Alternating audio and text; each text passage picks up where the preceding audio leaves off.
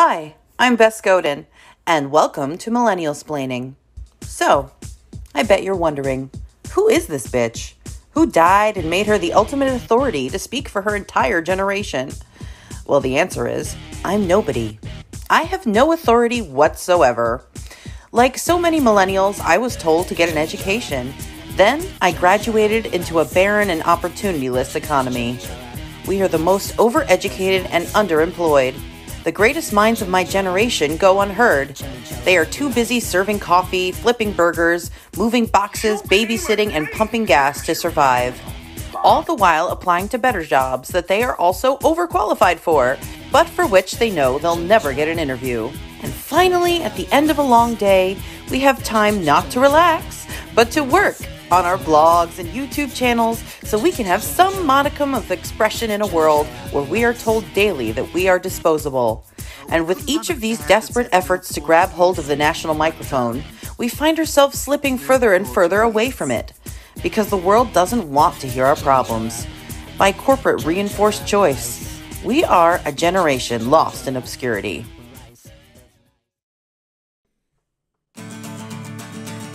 I belong to the Oregon Trail generation, and I can take it or leave it each time. I belong to the Oregon Trail generation, and I can take it or leave it each time. We love our avocado toast, but student loan, that's what we got the most.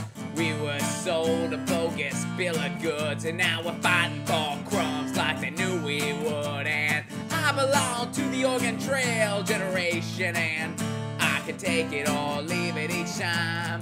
I belong to the generation, and I can take it or leave it each time. We played the Oregon Trail on the computer.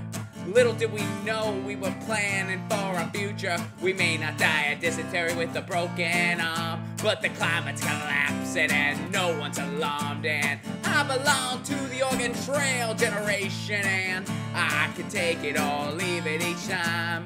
I belong to the Oregon Trail generation, and I can take it or leave it each time. Hi, Ron. Thank you so much for joining me on Millennial Splaining. Thanks for having me. Good to see you. It's good to see you. I really appreciate you coming on. This is awesome. Absolutely. Yeah, I've been a big fan of your work for a while, and one of the things that struck me about your musical career is that you had a song called "The Oregon Trail Generation." That was the song that too, and I feel that it is extremely appropriate. It's pretty, I would say, pretty spot on for our generation. Yeah, thanks. I mean, I don't really have a music career. I just kind of like have been lucky enough to incorporate music into some of the stuff I do. But yeah, I mean, that was a fun one. I mean, Oregon Trail was the Oregon Trail generation was trending on Twitter one day, and I just thought that was such a goofy thing, especially since, ironically enough, I mean, I know we're both millennials based on the title of your show. Like, Oregon Trail actually predates our generation. I mean, the Gen Xers were on it too and stuff like that. Right. So it's not exclusive to millennials. I guess maybe it was just really, in its peak during our generation or whatever. So I got a big kick out of it. And, of course I like, Richard Hell and the Blank Generation. So I thought that'd be a fun little, spoof to make. So I loved it. It was, yeah, for sure. And if you play music and you play music publicly, you have a music career. So don't even. You're very generous. Thank you.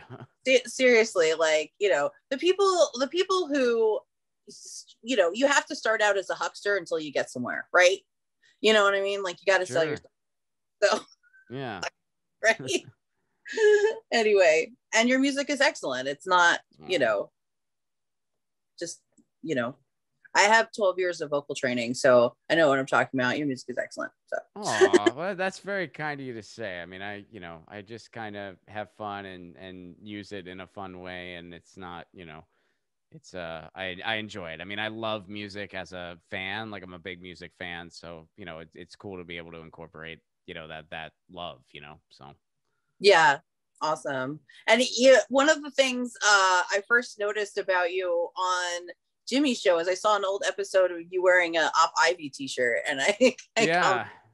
Well, I'm wearing a band t-shirt right now. I'm wearing a Oh yeah? Yeah, Chase Petra or Chase Petra. I think it's Chase Petra actually is how you pronounce it. But they're a punk band out of Long Beach.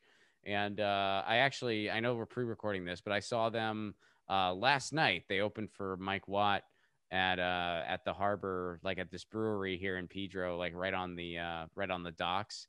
It was pretty cool. It was really cool.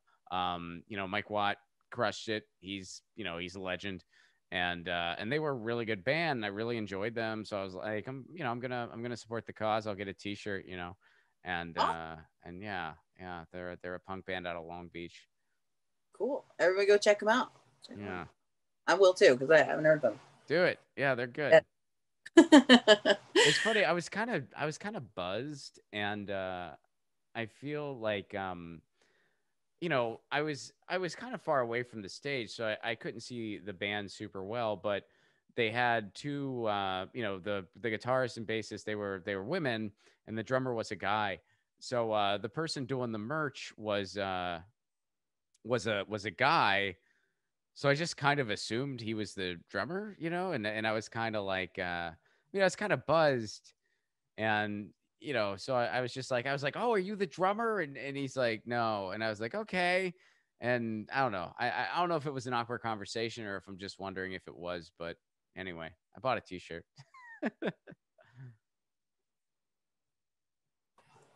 There aren't a lot of women drummers. That's just the reality. So, I possibly would have made the same assumption. You don't have to feel too bad about it. Yeah, it was just like, yeah. I mean, it was like, yeah. But I guess he was just a merch guy. And there are some killer women drummers out there. I mean, I know there's the woman from the White Stripes comes to mind, and then of course like Slater Kenny. Yeah. So yeah, but yeah, it was two girls and a guy in this band, and they were really good. They're a good band.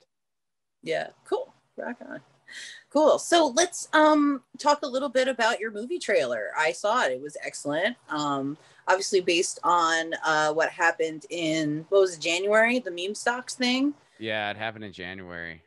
Yeah. So we're going to show the trailer now, and then we'll talk about it. Okay. I'm going to propose. Shut up. God, I hope Sarah says yes, man. That would be shocking. Well, the whole thing's been shocking. As an outsider, like the first time I saw you with her, I was like, you know what I mean? You look like you want a reality show. And she's, I'm happy because I didn't think there was any way this would last this long. Thanks.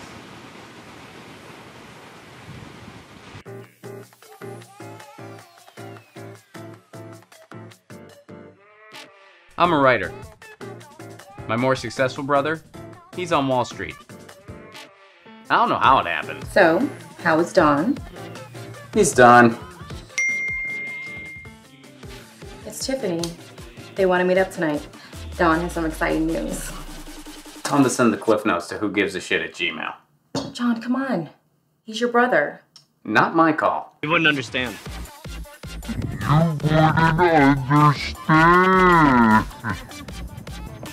The whole thing with Wall Street, John, is how complicated it is, okay? We're going to short sell Game Bites, but to you wouldn't understand. I bet I would. John, I just can't anymore. Save your drama for the page. I just can't. What are you saying? I think we need a break. Awesome. No girlfriend, no work, no agent. Is this rock bottom? We're gonna do a short sell. You wouldn't understand. By the way, short selling, not that difficult. In a video game store, that's a pretty safe bet. The only way that could go wrong is if...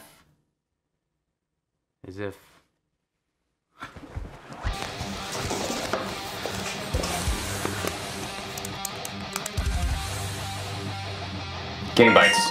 We need to buy shares of it. What? Why? A bunch of hedgers are trying to short sell it. We all buy shares. That drives the price up. Then, when they go to pay up, it's worth more than what they paid for it.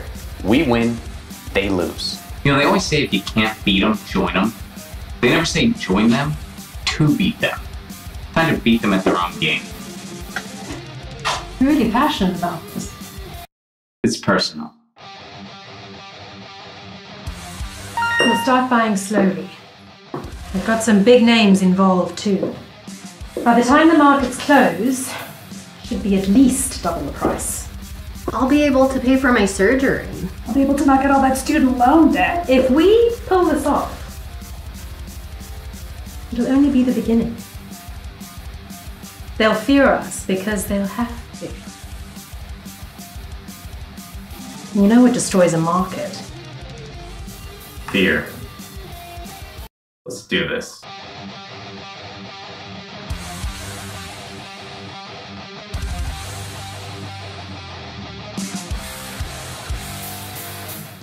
It takes a really complex idea and it personalizes it to the point where you really want to pay attention to it.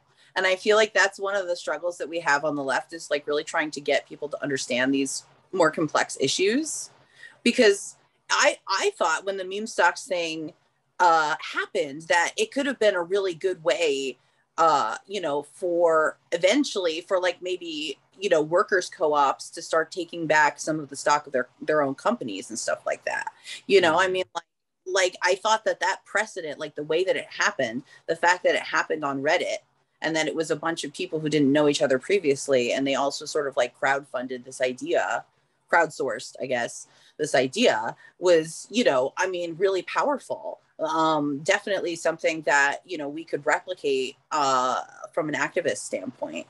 So I thought it was really cool that you personalized that by having a brother that represented everything that's wrong about Wall Street. And I thought it was also hilarious. You made him extremely misogynistic. So appropriate. Definitely. He's very Wolf of Wall Street. I see it.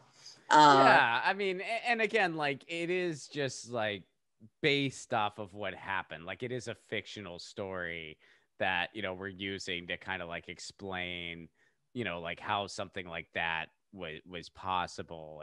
But yeah, I mean, I give that disclaimer because like I've already gotten some people who are just like, well, I don't think the Reddit room, I don't think they were actually like that. Like, look, it's a fictional story. I'm not, like I'm not implying that there was a socialist writer in Hollywood who was the brains behind all of it. It's a fake story. It's just loosely based on something that happened. That's what loosely based on means. So yeah. And I just think in general, I just love, I've always wanted to do more scripted content. Like it's been a goal of mine for years now. And I just kind of thought, I'm like, well, now's the time, and now's the time to start. So I just started, like everyone else in LA, I have a bunch of pilots that have, never seen the light of day that I've written and, just trying to sell. But for this thing, it was like, well, I can actually make an indie film with this. I wrote it in a way that it would be pretty easy to produce. There's no crazy car chases or anything like that. So, so we made a trailer, showing the movie that we want to make, and hopefully we'll get this thing funded and make the movie. So. Awesome. Well, if I had any money at all, I'd give it to you for this.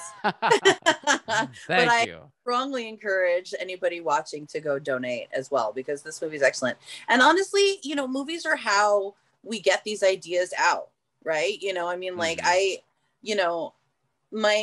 My girlfriend is really into, the climate crisis and stuff like that. And the way that she, talks about these things and the way that she, perceives being, preparedness and like what we could use is she looks at disaster movies, right? Sure.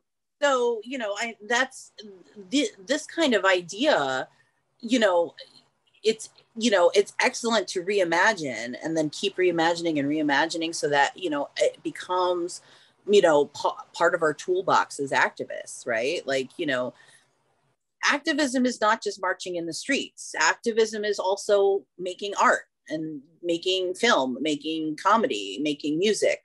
These are all equally as important. And I don't think we should discount that.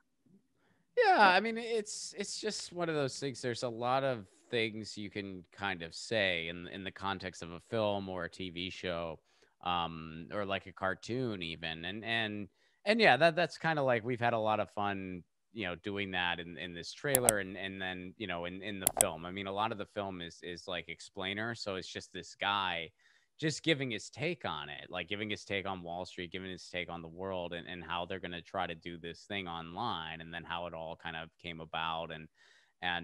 So, yeah, I mean, and I'll just let people know. I mean, there's a lot of perks too for anyone who does donate. Like we offer behind the scenes footage that will email people like as we're making the movie. There's like a virtual screening and a Q&A with the cast that we're gonna have after, and you get your name in the credits if you give a certain amount, and everybody who gives also gets a personalized thank you on my podcast, Get Your News On with Ron. So we have perks, and so yeah, if people check out the trailer and you got a little bit to spare, it is very much appreciated, because we're gonna make. I mean, yeah, I'm pretty excited. I can't wait to make this thing, and yeah, that's Awesome. Well, I'm really excited to see it. I can't wait. And let's put it out there. Let's make it happen. Oh yeah, yeah. So I thought it would be kind of fun to go through like some general myths about millennials. Okay. I'm an elder millennial. I'm 35. I assume that you're around my age. Yeah. We're pretty much the same age. I'm 36, so I beat you by a little bit, but yeah, we're both elder millennials. It's okay. You'll die before me, so it's fine. Sorry. That was a complete joke. Actually, I'm going to die first. I know it because I smoked cigarettes for a long time. Well, it's like, what's that phrase? Like, I'm here for a good time, not a long time. Yeah. I feel like, I mean, that might be the case for all of us, no matter what, when you look at the climate. But yeah, I kind of think in many ways that's sort of applicable to be. Although I'd like to be here for both. I'd like to be here for I'm definitely here for a good time. I'd like to be here for a long time too, because I think the world, despite all of its flaws, I think the world is a pretty amazing place, and I like this is such a cliche, but I guess in the past year and a half, I'm really realizing it. Like, I really dig life. Like, I really like it. Like, there's just, I love, I mean, so many, and it really makes you appreciate, just all the things that comprise your life, because it's like, we have a year and a half, and I use present tense because, this thing's still not over yet. And who knows what's going to happen a month from now even. But, we've had all this time to really still find purpose and still find joy and still find, whatever. And it's like, I've been able to do that. I know some people have really struggled with that, and that really sucks. But, I've been able to, because it's like, for me, it's like when I wake up and my wife and my cat are there, it's like, well, that's just, I mean, that's everything, you know what I mean? And it's just like, yeah, it sucks that my wife and I haven't gone on a honeymoon yet because of the pandemic, but we will. And there's a hell of a lot worse things in the world than, we have to wait on our honeymoon.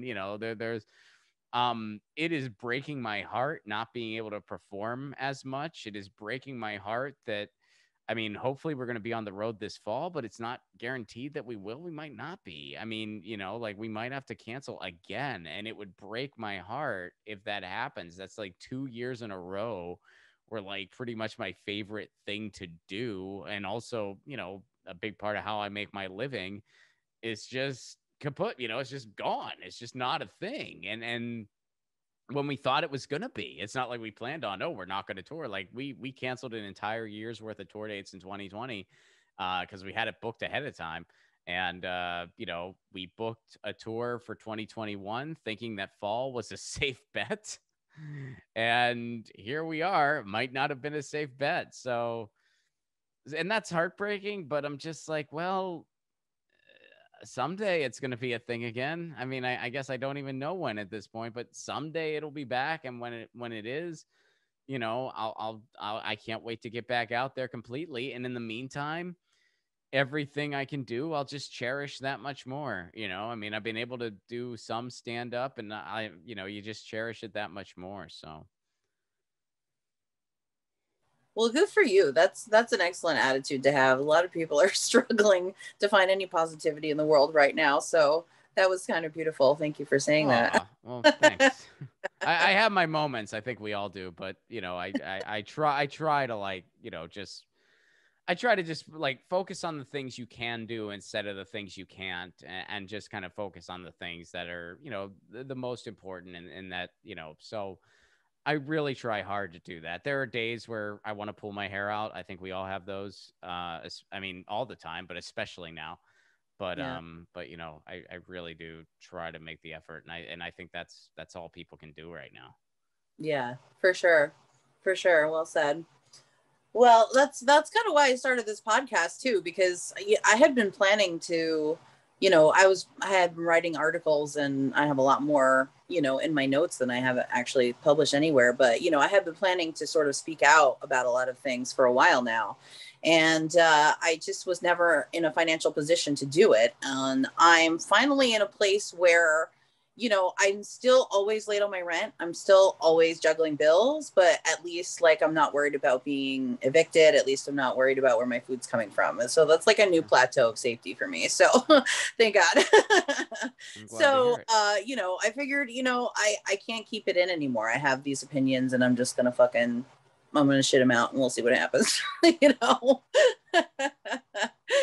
can't. So, yeah. So anyway, so it's always bugged me that, we have been painted a certain way by the media. I feel like we never were able to have the space to form our own sort of culture, right? Like our own subculture. Like if you think like Gen X is the punk movement, you think like, the boomers have hippies and disco, like, the even, the beat movement was a immediate predecessor to the hippies as well, right? So, these are subcultures that I think we had in some way, but were never properly like represented by us. We were never, they were always just sort of like categorized in clickbait articles from like news, news stations that needed 24-hour news tidbits here and there, right? So like, if you think about millennials, you think about like, you're lazy, you're entitled, you are maybe wear like a slouchy hat, so I went through, I Googled and went through a list. I relied on this BuzzFeed article. I figured BuzzFeed of all of the news outlets would have the skinny on millennials. So I came up with a list of, millennial myths. And I thought that we could play a game. Who was a better millennial, and then bust these myths as we talk about. Yeah. Okay, cool. Yeah. So the first question number 1, ding, ding, ding. Here we go. Do you eat avocado toast? I don't. No. I don't eat avocado toast. No. Thank you. Me neither. So I live in that. I don't know where you live, and you don't have to answer that if you don't want to, but I live in California, and where'd you say? New Jersey. Oh, okay. I love places, so I'm always like intrigued, like where people are out of. Like it's, I mean, I love to travel again, and so I'm always intrigued, like where people are at. So cool. I'm a Jersey girl. You're a Jersey girl. We used to go to Wildwood for family vacation all the time, because nice. I grew up in Pittsburgh. So that was that was one of the closer beaches to us. So we would go to Wildwood a lot. And then I haven't spent like a ton of time in Jersey, but I've been to like Asbury Park and what's it, River Walk or River whatever it is. Okay. Yeah. What's the town I'm thinking of? The town near Asbury, but I want to say River's in the title, or it starts with an R. Redwood. Am I thinking Redwood? Maybe. All right. Well, So I've been around there. I've been around because I'm a big Springsteen. I haven't been much around there, as you might be able to. Oh, okay.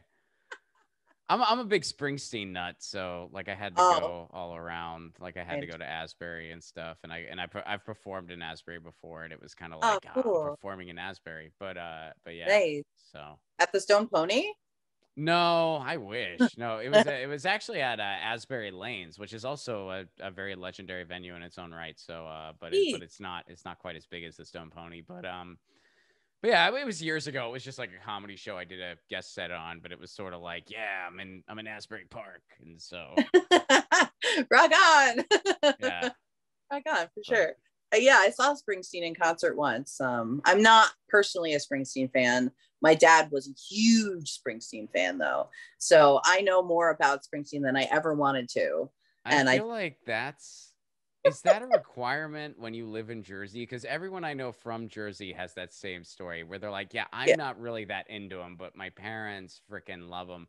And I'm like, my parents love him and I love him. Like like I love Bruce Springsteen.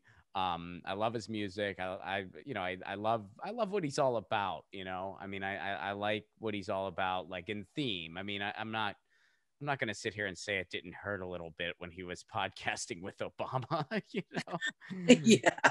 But I didn't. But I don't. That's kind of why I don't like Bruce Springsteen, because he started out as, like a voice for, the white working class, I guess. Right. And then once he got money, it just got way worse from there. And that's when I was old enough to know anything about him. So, that's my perception. Well, here's my thing. And I'm not like trying to like, I mean, you don't have to like Bruce Springsteen. It's fine. And I'm certainly not trying to like, Bruce Springsteen doesn't need me to run defense for him. But like my take on that is like, I don't think Bruce Springsteen is podcasting with Obama because he's a big fan of the drone strikes. You know what I mean? Like I don't think he's like, yeah, man, I really dig neoliberalism. Like, I think Springsteen is a guy who does have a good heart, who genuinely does, want to make the world a better place. Who has his take on things, and he's not, someone who's, I doubt he's spending a ton of bandwidth just thinking about our political situation night and day. So he's just kind of one of those like, well, yeah, the Democrats are going to try to help people, the Republicans aren't. Yeah, I don't agree with that assessment, but I don't think, I mean, I agree with the Republicans sure as hell aren't, but the Democrats aren't either. That's, but I certainly don't, he's not coming from an ill place. So to me, it's like, that's, I don't like, I didn't freak out or cancel Bruce Springsteen. I live in a country where I am very much a political outcast. Like politically, I'm very much an outcast. So I'm more interested in trying to make that not the case. Like try to make more people kind of see the world the way lefties do, and that like the time is now for socialism. Like I'd rather make more people see that than just dwell on the fact that it's like, well, not everyone quite sees the world the way I do in the country where I live, or any other country for that matter. But like even more so here. So I can't, like, I don't impose these strict, rigid rules on like bands and musicians where it's like, well, if you don't mirror me, like I cancel you. I mean, if somebody's like just, spewing hate speech or something like that, obviously that's a different story. But, if your intentions are genuine, I don't, like that's okay. Yeah, I mean, I'm fans of musicians who are lefties. I'm fans of musicians who are a little more like just regular Democrats who mean well, but just whatever. I'm fans of musicians who are libertarians. Like it's not. Like I'm a big fan of the band Cracker. That guy's a big libertarian. It's I still enjoy the music. Yeah, absolutely. I feel like that for sure. I mean, I'm not here to cancel Bruce Springsteen either. I hate Bruce because he was shoved down my throat when I was a kid. I get it. Yeah. No, That's why every kid in my generation is like, oh, Bruce Springsteen, because he was on every radio station. I know it. Station. Well, it's funny. When I went to Asbury, it was with a colleague of mine from grad school. We were both in grad school in Pittsburgh, and he was from Jersey. And so like I booked this show, and then we drove up together, and then I took like a bus back or something. Because it was like during a semester break. So we had this fun like road trip, and I was all like, dude, Springsteen. And he's like, yeah, I don't listen to Springsteen. My dad freaking loves him. And so that was his story too. And then when he was showing me around, he like showed me like the river. There's a really cool Springsteen song called The River. And he goes, yeah, so this is that in that song. And I'm like, oh my God, it's the freaking river. And I'm like taking pictures on my phone and shit. And he just was like kind of indulging me because he's like you. He's like, yeah, dude, I've just had this shoved down my throat my entire freaking life. So I don't like Springsteen. And but I was around Springsteen all the time too, and I do love him. So I don't know. I'm sure there's some millennials that are also Jersey people that are Springsteen fans. Oh, definitely. They are. They're here. I know them. I'm just not one. I feel you. But yeah, I do not eat avocado toast. But and the reason I mentioned California, like avocado is so everywhere here. And I enjoy avocado, but like I feel like in California, we take it to the extreme where we just avocado is just so in your face. And like when avocado is on something, oh, it is on it.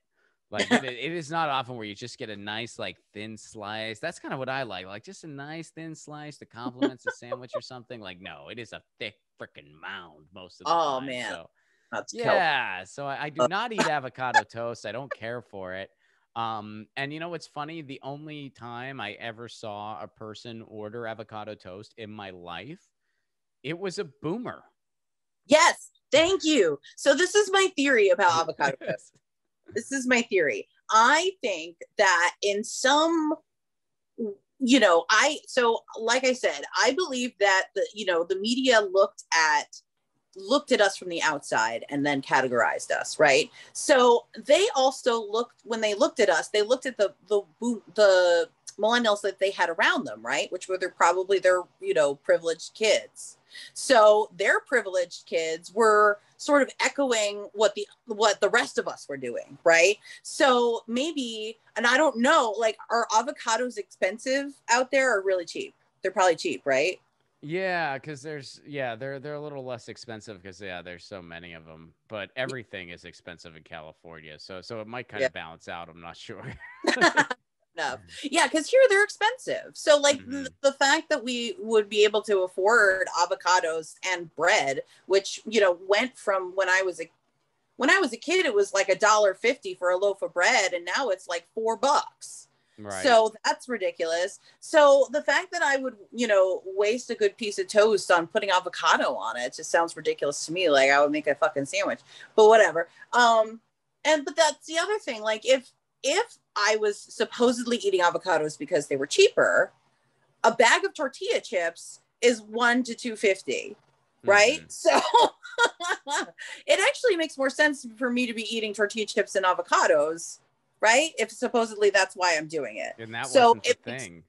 It makes no sense to me because it sounds like a poor person's meal. Right? Like that's how they pass it off as like, that's why it's cool because it's healthy and also, cheap or something. Well, listen, I thought the thing was it makes like we're so fancy. Like we're like, that's the reason, like the reason we don't have houses in 401ks isn't because of a collapsing job market and it isn't because of a collapsing society. It's because we need to have our fancy avocado toast in our Starbucks. Isn't that kind of the thing that the media does? Oh, that's a good, yeah. I thought that was their angle with it. I mean, I could be wrong, but yeah. Yeah, that's so interesting. Okay, so that maybe makes sense then.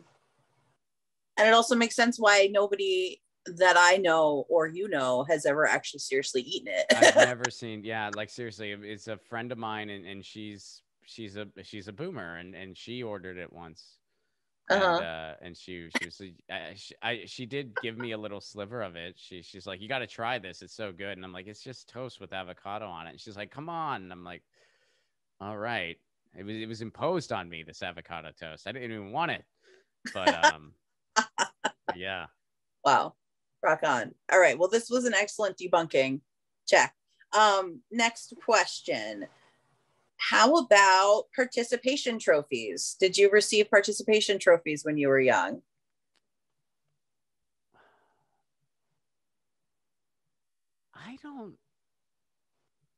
I mean, I'm trying to think of like everything. I'm trying to think of like soccer and baseball and swimming.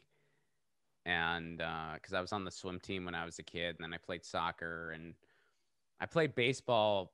Like I quit baseball to do swimming. Like swimming became my summer activity because I never really liked baseball. I don't think I did.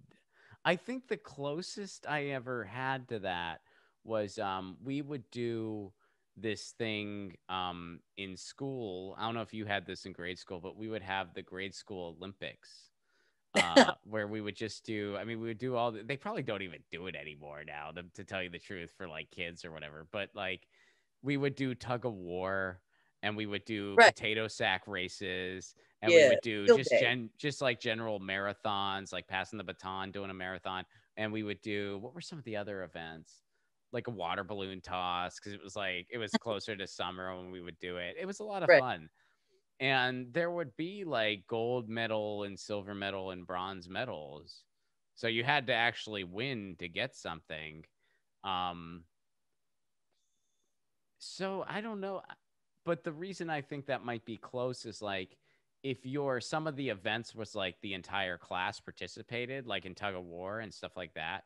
Yeah. So if you won, I mean, even if you had nothing to do with said victory, you still got the gold medal if you're, class one or whatever.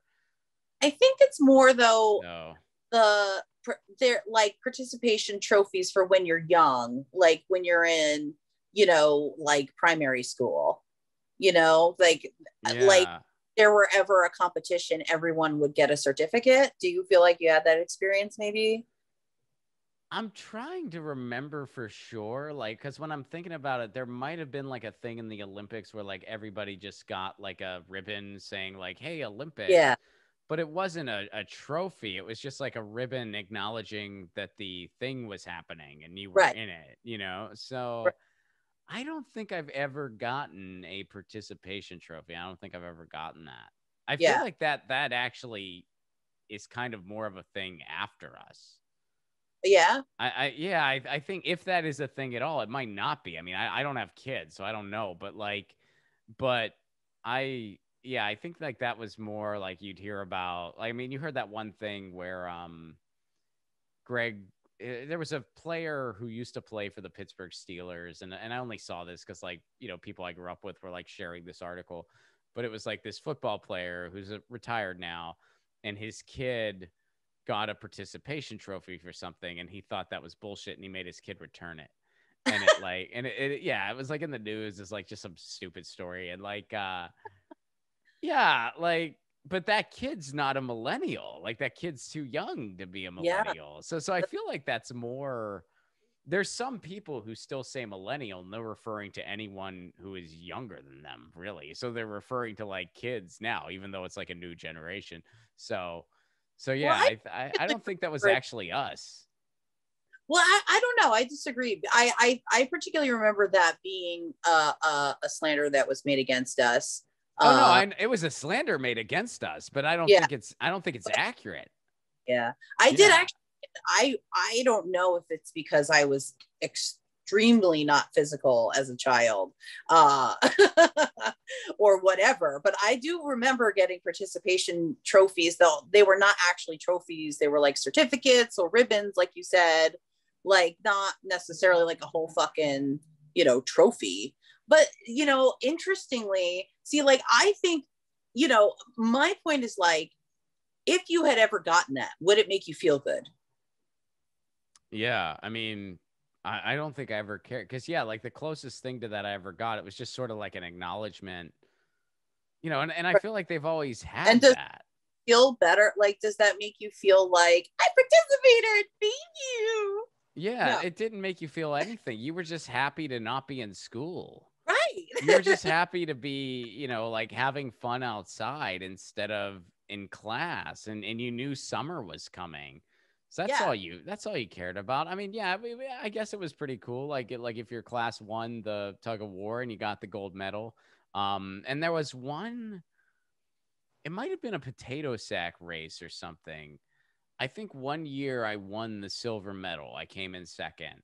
And I don't know why. I mean, I wasn't like totally not athletic at all. Like I was very average. Like I wasn't the first person picked for the kickball team, but I wasn't the last either. I was just kind of like in between, and I did okay, you know, like I wasn't terrible. I wasn't great. I was just, you know, pretty whatever. And I wasn't, you know, cause I wasn't very tall. I wasn't very big. I was just sort of like, meh. But yeah, I think one year in one event, I won like the silver medal, and I was like, oh man, I won the silver medal. And when we had intramurals, like later, like I did like intramurals where it's like, you just have like, you pick teams and you just have like a little sports league. You know, I was kind of okay at soccer. Like I wasn't bad at it.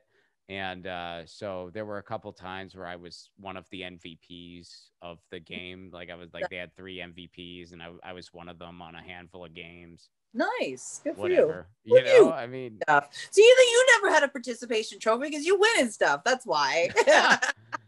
I don't know if I'd go that far. My team, when you are in 8th grade, you get to like pick your own team, and you get to have your own team, and you get to give it a name.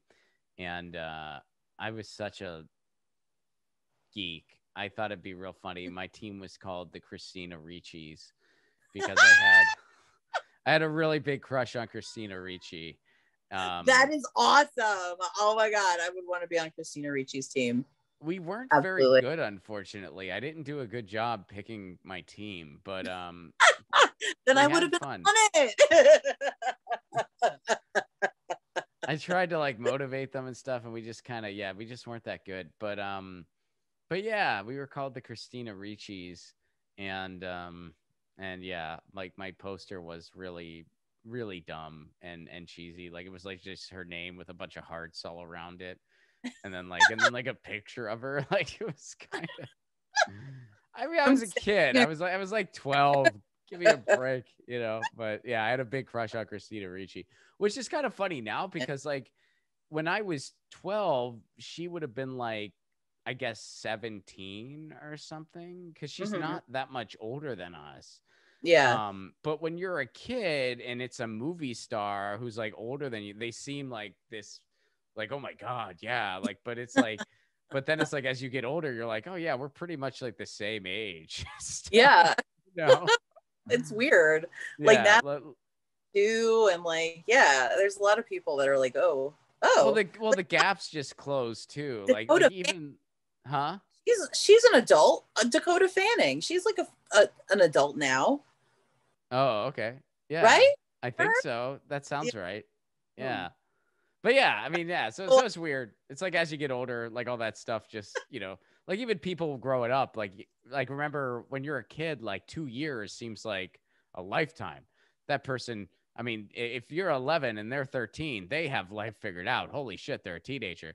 But now, like, you know, if I'm 36 and someone's 34 or someone's 38, like we're the same freaking age. Like, right. Like we're the same age. Like, yeah, it definitely matters less as you get on, but you know, yeah, got more years under your belt. Yeah, that's because we're not in school anymore. So I just wanted to add in real quick my take on participation trophies, because again, I did receive a few of them and it never made me feel good about myself. Let me just say that, because if you receive a participation trophy, that means that you didn't win. That means you didn't get a trophy for a real reason, right? So that means that you're literally being handed like a piece of shame. So for the children, it's stupid. For the parents, it makes sense because there's a lot of parents that go, why didn't my kid get a trophy? Right. So teachers do it out of self-defense. Okay. So I know this because my mom was a teacher. That's Oh, and she told you that? See, that's interesting because they use it as a way to like kind of throw shade at our generation. Meanwhile, it was actually to appease theirs. Like exactly. That is my point. That is my point. So participation trophies are about you guys, not us. Fuck you. So moving on. We have, let's see. Do you want to do student debt? Do you have student debt? Technically yes, but I got my student loan debt through marriage. Which is the best way to get it, let me tell you folks. That's the best way. I'm sure my wife wouldn't mind if I say that. So yeah, I mean, yeah, I have student loan debt, but it was not my own. I was very lucky because you know, I was not, you know, my family's not rich by any means, but they are academics. So my dad is a professor, my mom is a research assistant. So from the moment I was born, college was something you saved for. Right. You know, like, and it was just something, you know, I mean, it's funny, like when I was a kid, when I would get like holiday money, you know, like presents or whatever, my dad would take that and he would save it. Not all of it. I mean, he'd let me have some of it to just go buy, you know, whatever, like a CD or something. But CDs, by the way, for all you younger folks. But anyway, but he would save a lot of it for college. And at the time, I didn't like that. You know, that kind of made me mad. I'm like, I just want to take my money and do something stupid with it.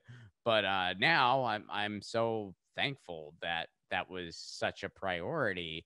And also, like, universities, a lot of times, like, there are benefits where they help with tuition for, you know, the kids of the, you know, employees and the faculty and stuff. So between all those things, I was able to get out of undergrad without any student loan debt. And you know, like I worked a summer job and helped pay for college that way. And so there were a number of things that, you know, like you add it all up and we were able to cover tuition. I had very little student loan debt. I think it was like $1,000 or something. So it was, you know, which is not a lot of debt compared to what other people have. So I was able to knock that out. And then in grad school, I got funding. So I had an assistantship and all that stuff. So I didn't have any debt in grad school either. My wife was not as fortunate. So I do have student loan debt, but it's by marriage. I mean, what are you gonna do? Like, it's, you know. Oh, that's awesome. So yeah, and what was your master's degree in again? It's media related, right? I want to. Yeah, communication. Yeah, communication, and yeah, I mean, I'm glad I did it. I really enjoyed graduate school. I don't really use my degree, at least not in like the literal sense, you know. I mean, I taught community college for a little bit, but cool. I haven't in a long time, and I doubt I ever will again. I mean, I enjoy teaching, but I mean, at this point, that kind of chapter of my life is pretty closed, I think. And I guess never say never. I mean, it could open up again in a different context, but I don't see that happening anytime soon. Do you have student loan debt? Classes? I'm signing up. Ron Placone comedy classes. I'm signing up. I don't know. Yeah, that's actually a controversial topic in the comedy world is stand-up comedy classes. Like, some people are very adamantly against them. And other people are like swear by them. I'm in neither camp. My personal take is, you know, a class is only going to prepare you so much. Like, you have to just get on stage and do it. Like, that's what stand-up comedy is. You have to just do it. So if people have asked my opinion before on this, where they're like, should I take a class? Shouldn't I? And it's like, look, the only person who can really answer that is you, because, you know, for some people that class enabled them to get on stage. So who am I to say that classes are bullshit just because I didn't really need that to start doing stand-up? So what I tell people, I'm like, look, if you have a lot of stage fright and you feel like without that class, you're not going to get on stage, then that class will probably help you. if you're already getting on stage, you might not need a comedy class. And I would encourage you to just get on stage as much as you can. And if you feel like you might benefit from it, by all means, try it. But really, in my experience, the only way to really start doing stand up is just to physically do it and write material and get on stage at an open mic and try. So, Cool. so that's my personal take on it. Like Cool. if you can go to an open mic all on your own and you're not too scared to get up there and you can just jump in the deep end and try it, you probably don't need a class. But if that's not the case, maybe it would help you. Yeah. I used to do theater. That was my undergrad. Nice. And luckily I don't have any loans left from my undergrad either because of my parents. But and my grandparents who helped save for me. But after they passed away, I got severe PTSD and I did not want to perform live anymore. I performed live a lot. I was doing theater since I was 8 and I, did it up until I graduated college. So it was a lot and I'm done. And this is like a step for me. That's why I'm not even doing live streams at this point. Like just even doing pre-recorded with you and other people that are like, even somewhat famous compared to me. Like I, this is a step for me, honestly. It's ridiculous. But but I know a lot of people who do improv and stuff in New York. And, I have a friend who does Upright Citizens Brigade. It was suggested to me at the time when I graduated that I should do Upright Citizens Brigade, but not as a way to like develop my skills necessarily, because I already had those skills from college. From my whole, experience, I guess, doing theater, but more so as a way of getting to know people and getting connections and then getting started, Sure.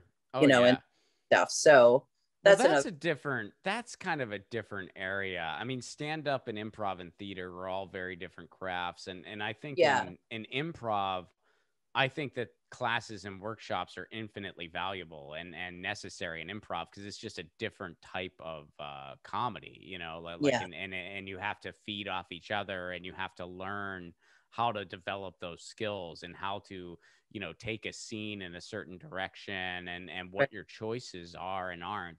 So I think classes are very valuable there. I mean, same with acting. I mean, I took, before the pandemic, I took an acting class in LA every week, and I freaking loved it. I realized all the things I was doing wrong. I realized, this is why I wasn't getting very many callbacks. I was doing everything fucking wrong. Yeah. This was, like my class was very much LA focused. Like it was like, this is how you're going to work in LA. And it was very helpful, so. Yeah, you definitely need to know the format at the very least, like there's definitely a format to auditioning and, getting your headshots out there and what have you. But again, it's been, I don't know, 15 years, I guess, since I've even thought about theater anymore. So what do I know? You never know. But you might want to jump back in. You never know. We'll see. Like I said, this is my first step towards being, in public again, and we'll see where it goes. Well, Bruce Springsteen is doing a one-man show on Broadway. Maybe you're gonna go see that show, and it's gonna inspire you. Oh my God! If my dad were still around, he would force me to go with him. Like that's a reality. He might not because tickets are very, very expensive. And I know this, huh? He would sell a kidney. I'm pretty confident. I don't think anything would stop him. No, it's funny. My parents went, and it was actually a gift. It was my sister got it for them because my sister and her husband, they were kind of just they were like among those people that like left San Francisco, like they were up in San Francisco and they just kind of were like, this is getting ridiculous. So they just left San Francisco and just kind of spent time with each other, like her in-laws and my parents. They just kind of went back and forth throughout the like during the pandemic. Like they just kind of lived with parents for a while and just kind of worked from home.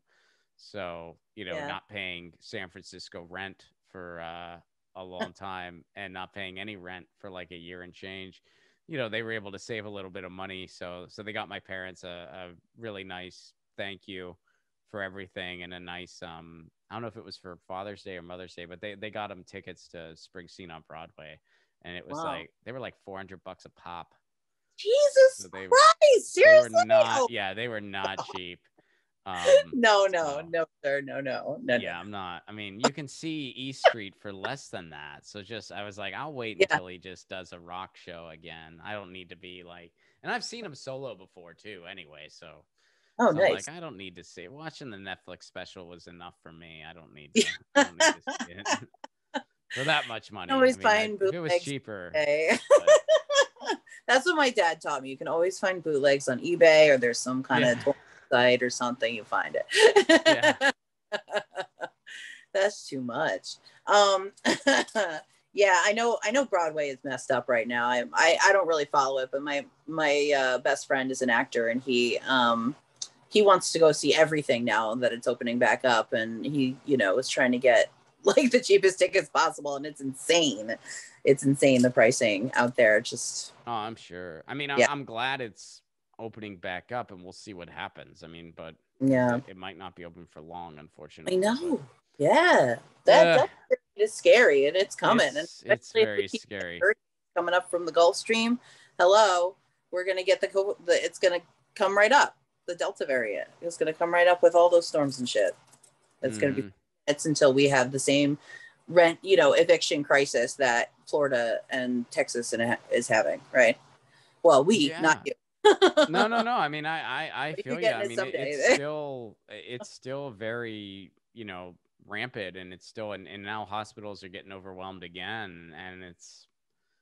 So I don't know when this thing's gonna end. Like, I really don't. I mean, it's like we're kind of just all we're all in this together, and this is everybody's first pandemic, so we're just trying to figure it out the best we can. I mean, yeah, right. What can we do? Literally. All right. Well, the student debt question, I win, because I went to go to a master's program completely on student loans, and now I have $100K in student loan debt from that. And I was 2 classes short of graduating when I had to move back to New Jersey to take care of my grandpa. So you didn't finish? I didn't even finish. Oh no! You benefit from all that shit. Oh no! So hilarious. So it's so funny. Yeah. I was really trying to get a job in the publishing industry too, and then that's another thing that fucking died as I was in it. Anyway. So yeah. Like, it was just doomed from the beginning. And I actually went to be a children's librarian. And Forbes magazine declared the year that I went into my master's program that master's was the least profitable master's you could possibly get. Oh no. What was it in? What was it in again? To be a children's librarian, like in a school. Oh. Yeah, because they were also shutting down school programs everywhere and public libraries. And to like work at a public library, you get like $10 an hour, $11 an hour, and you need to have a master's degree to be a librarian. It's so. I mean, and libraries are so important. Like, libraries are, even in the technological age we live in, which hey, it's amazing that we can have what we have at our fingertips. But even with all that, it's like libraries are still so essential in finding information and getting books and having all this stuff available to people free of charge.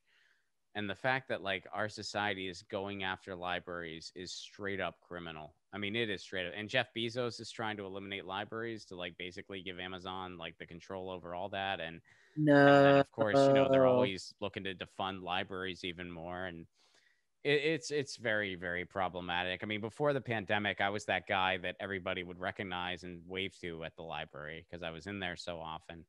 Now I'm still just sort of using my Libby app now. I'm doing everything on Libby, but I can tell you I use that app constantly. So I'm going to write that down. I don't know what that is. Libby. Oh, Libby's amazing. It is literally, it's a library app. It's basically a digital library.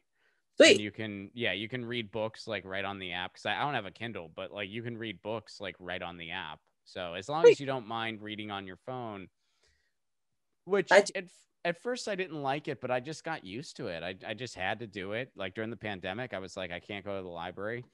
So I had to start doing it. So I just did. And now I'm used to it and I don't mind it. So, Yeah. like if you read on your phone, like you can totally just, I mean, now and now I prefer it because, my wife is, she's like goes to bed earlier than me generally. And she's, cause she has like a regular day job and stuff. And, so she goes to bed earlier than I do typically. And so if you're reading like an actual book, you have to have like the light on in bed, But if I'm reading on my phone, she can have it totally dark because I still just see the screen. So I'm like able to read that way. So yeah, I do that too with my girlfriend. And honestly, it makes me feel smarter because the page is really small and you can flip through them so fast. right. Yeah. The pages aren't actual like pages. Like you see, like when you see something and it's like only 200 pages, you're like, oh, that's a short one because like the pages aren't regular pages. Yeah. Awesome. Okay, so let's see. How many more questions do we have time for? Can we do like 2 more or so? 2 more. Oh, I love. Yeah. Yeah, sounds great to me. Are you embarrassed to identify as a millennial? No, not at all. Really? No, why would I be? I mean, I think all generations have like really cool things about them and really shitty things about them. I mean, there's a lot of awesome things about the boomers. There's a lot of really shitty things about the boomers. There's a lot of really awesome things about Gen X. There's a lot of really shitty things about Gen X. I think we're exactly the same in so many ways. I mean, yeah, like we are the generation that is just old, or some millennials at least, were just old enough to remember the pre-internet world. And we evolved with it because like we were, the early adapters because we were the young people like embracing these new technologies. So, in so many ways, we are adapters. We have seen a lot of war in our lives. We have seen, depression era level disparity through multiple waves. I mean, we know nothing but Reaganism politically, and that's why we're, further and further left. And the Zoomers are even further left than us, which is freaking awesome. Yeah. And I feel like a lot of ways, like it's not surprising. And again, I'm not trying to like overgeneralize or put down other generations or whatever. I mean, again, it's like there's different things going on in all of them. But, it wasn't surprising that generally it was the millennials who, when this thing happened, were like, all right, well, fuck it. We're going to bake bread. We're going to, like go to our farmers markets. We're going to like we did all these things. Meanwhile, and again, this is generally, it was like the boomers and the Gen Xers who were like flipping out because they couldn't get B-dubs takeout, for like a little bit. Meanwhile, we're just like, we're making bread and we're doing all these things. So no, I'm not ashamed to be a millennial. I don't think anyone should be ashamed of their generation. Nor do I think anyone should have some kind of excessive pride either, because guess what? Your generation also did some shitty things. When I look around at what's representing my generation politically and I see Pete Buttigieg and Joe Kennedy, I'm certainly not proud of that. I'm certainly embarrassed by that. Yes. So yeah, I think every generation has pros and cons. That really is the truth. And I think this next generation, who again, they have their pros and cons too, but I think they're really freaking inspirational. And I think it's amazing some of the things they're doing. The fact that socialism is not a dirty word to them at all. Yes. I'm excited for when they're in charge. I just hope it's not too late.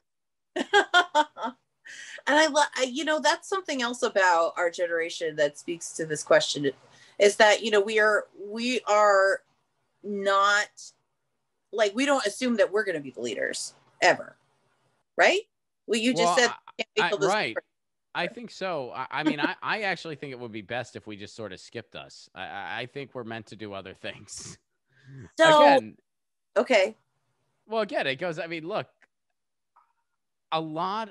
we are still the end of a certain era. And the end of that era is where the Pete Buttigiegs, the Joe Kennedys, the Connor Lambs, that's where they all thrive. And so that's what I mean when I say, you know what, I think it'd be better because the Zoomers, like they're not hearing that. They're like, Yeah. no, fuck this. We need Yeah. true systemic change. A lot of millennials are there too. I mean, hey, two of them are right here. Right.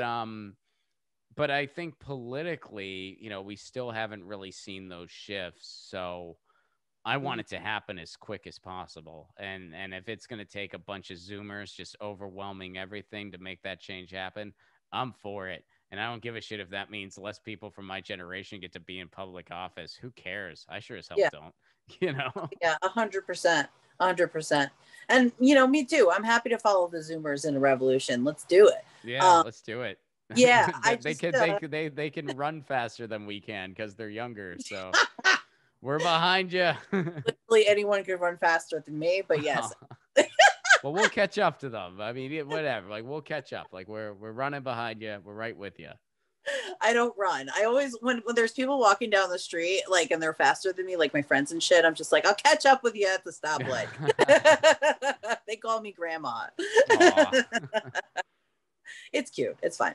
So, yeah, I mean, my take on it is that I always thought that we were ashamed to consider ourselves millennials because, you know, when we were trying to get jobs, like right out of college, we were trying very hard not to be that millennial, right? Like we were trying hard to show that we were not lazy, we're not entitled, we are here to work, and we're, you know, whatever.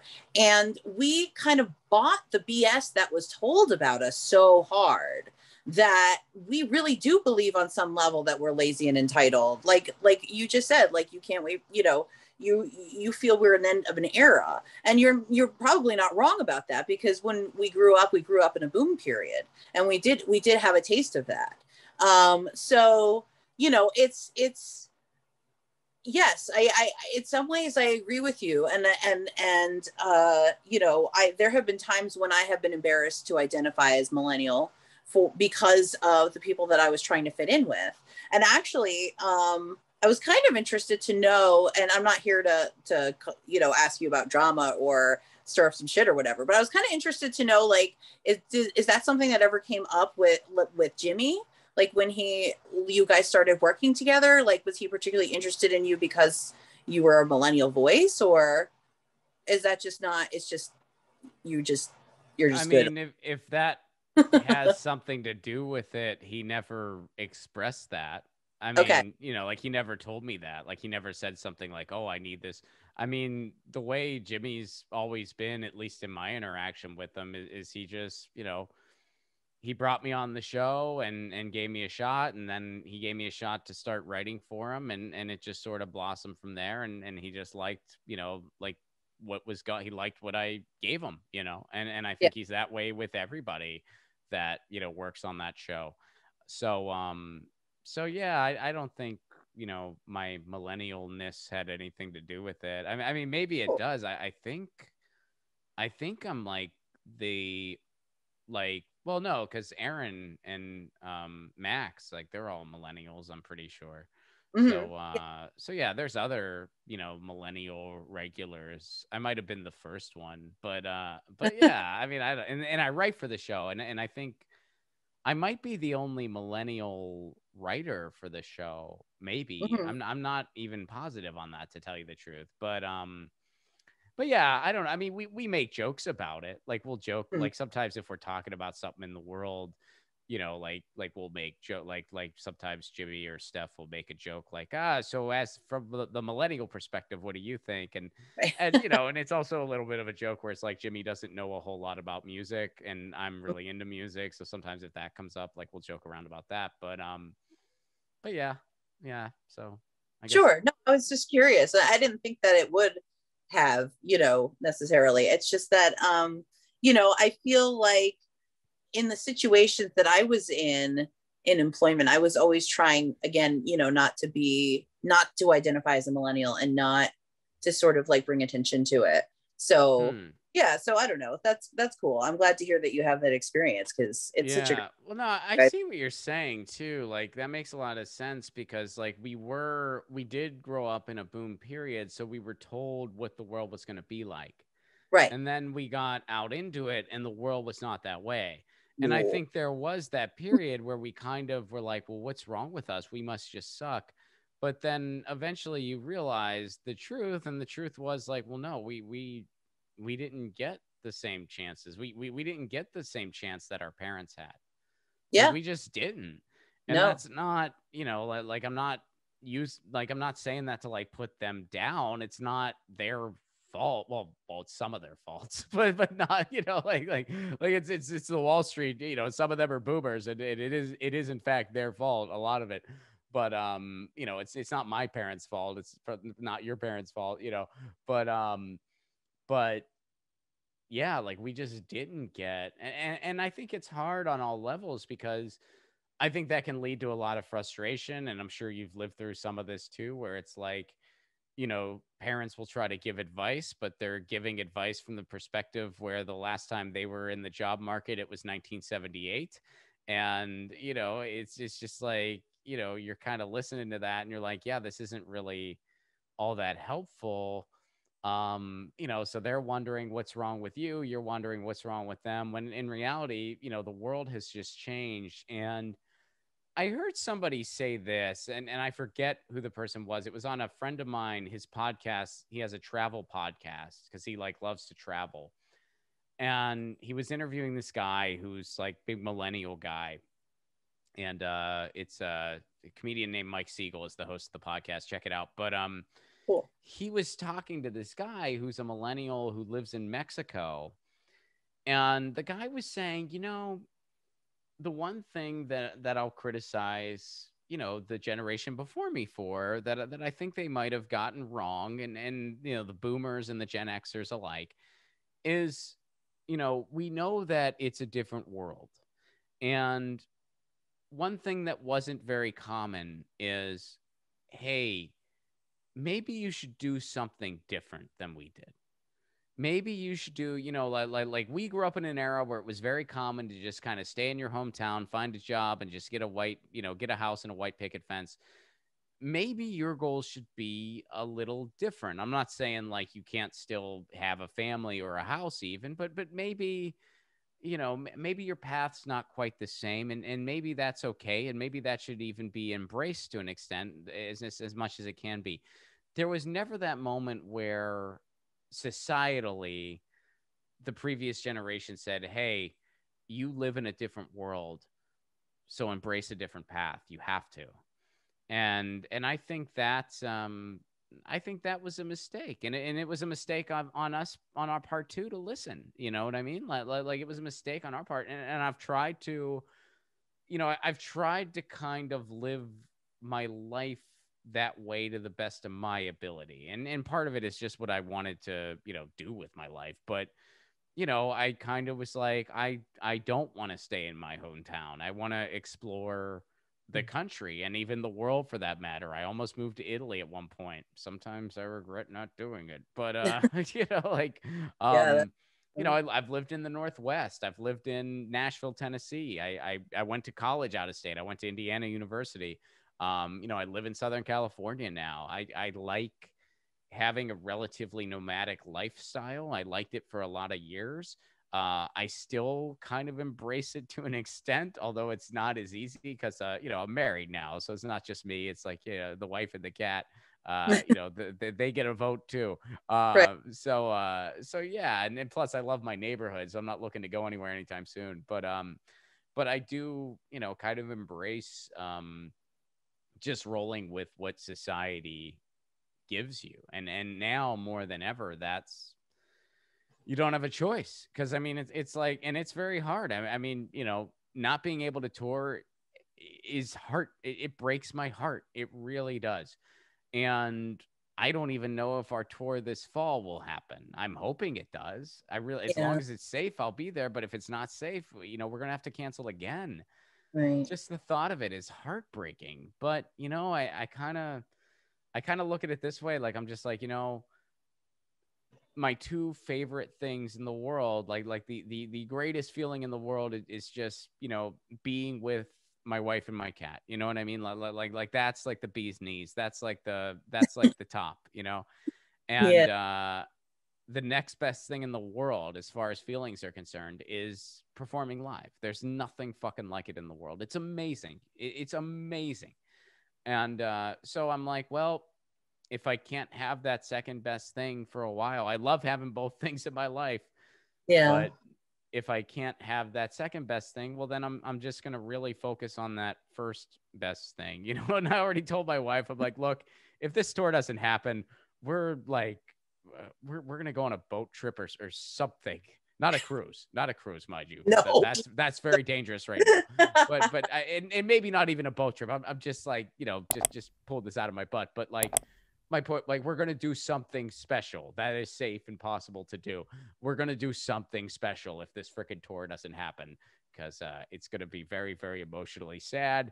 And so we're going to do something special to, you know, to try to make up for it a little bit and to compensate. So that's just like what I've absolved myself to, you know what I mean? Like I just kind of, I accept it. And I'm like, you know, someday we will get through this. I am, you know, these people who say like, oh, we are going to get through this. It is going to be a thing. I think COVID will be kind of an endemic. Like, I think it will be around, but we won't have it the way we do, you know, like we'll reach, you know, whether it be like, you know, the vaccines will continue to be distributed. So it'll just lessen, you know, the cases will be less and less for people, or, you know, we'll require some amount of, it'll just be like a flu basically. And, you know, there might be shots every year or something. I don't know exactly how that'll unfold, but it won't be a pandemic basically. And like, we will get through it. You know, I'm not one of these people who like, we're not going to get through it. We are going to get through it.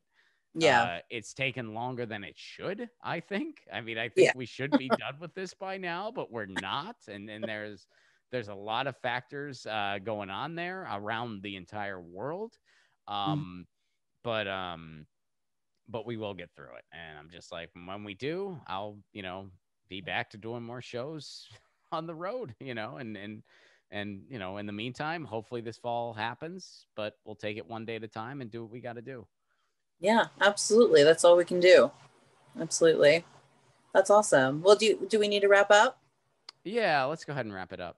Okay, cool. So I was keeping score, and I am a more stereotypical millennial than you.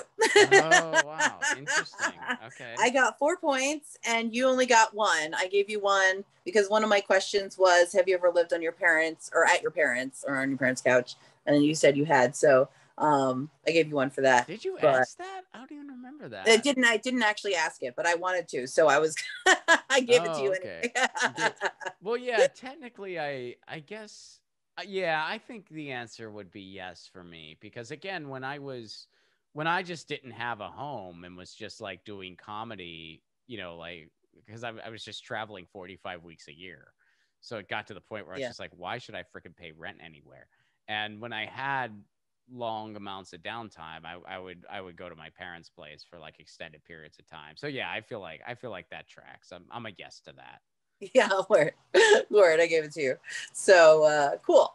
So I am a more stereotypical millennial, so I win, but you win more because you beat the stereotypes and you're embodying the type of millennial that I would like to see more in the media. So Aww. For that, at least. Well, the media is not going to tell the truth anyway, so. Well, the indie media will, and that's why we got to support each other. And shout out to the Indie Left News, who I know you did the theme song for. They are awesome. Yeah. Go take a look at them. They every day they list all of the top videos from indie leftist sources. So take a look at them and follow them and uplift everyone. Absolutely. Let's do that. Sure. So give me some plugs. Where well, can we find- you can please check out my movie trailer. And, you know, if you are interested in seeing this film become a reality, you can go to GoFundMe.com and just type in Left at Wall. It's the first thing that comes up. And if you can contribute, that's great. But even if you can't, like, hey, share it on your social media, tell your friends. You know, really excited about this project. You can also find it on my Twitter at Ron Placone. It's my pinned tweet. And you can also find it on my YouTube channel, which is just YouTube Ron Placone. Bunch of tour dates are up at my website, ronplacone.com. Again, you can go ahead and get tickets. We've already, planned out in advance that if we need to make changes, we'll be able to get everybody refunded as quickly as possible. So hopefully it happens and we see a bunch of you this fall. If it doesn't, we'll see you when this is all over. But yeah, so ronplacone.com for tour dates. Yeah, that's pretty much me. You can get my show, Get Your News On with Ron, wherever you get audio podcasts, or of course on my YouTube or Rockfin, because it's available in audio and video form. And peace. Thank you for having me. All right. Thank you so much for being here. This has been great. Thank you. Yeah, great. Okay, I'm going to stop recording. You may have noticed that I don't do live streams. It's a lot, and I'm like one person, okay? But I would still love to be able to uplift your voices the way that live streamers do, by highlighting your chats or your indie businesses, because I know how hard it is for a millennial out here, and I'm happy to share my platform with people who support me. If you would like to see your comment or small business promo scrolling at the bottom of my screen, then go to ko-fi.com/Millennsplain and buy me a coffee for $3. If you would like to ask me a question and actually get a response, then buy me 2 coffees at $6, and I will put your question in my next Q&A episode. If you would like to insult me, I can take it. I got a thick skin. And honestly, I have a good sense of humor as well. Like my upcoming Q&A episodes, I will be doing special insult episodes. So if you would like to see your insult on my insult highlight reel episode, and possibly get one back, then please buy me 2 coffees for $6. Then I'll be more than happy to clap back. Listen, I've been through hard times myself.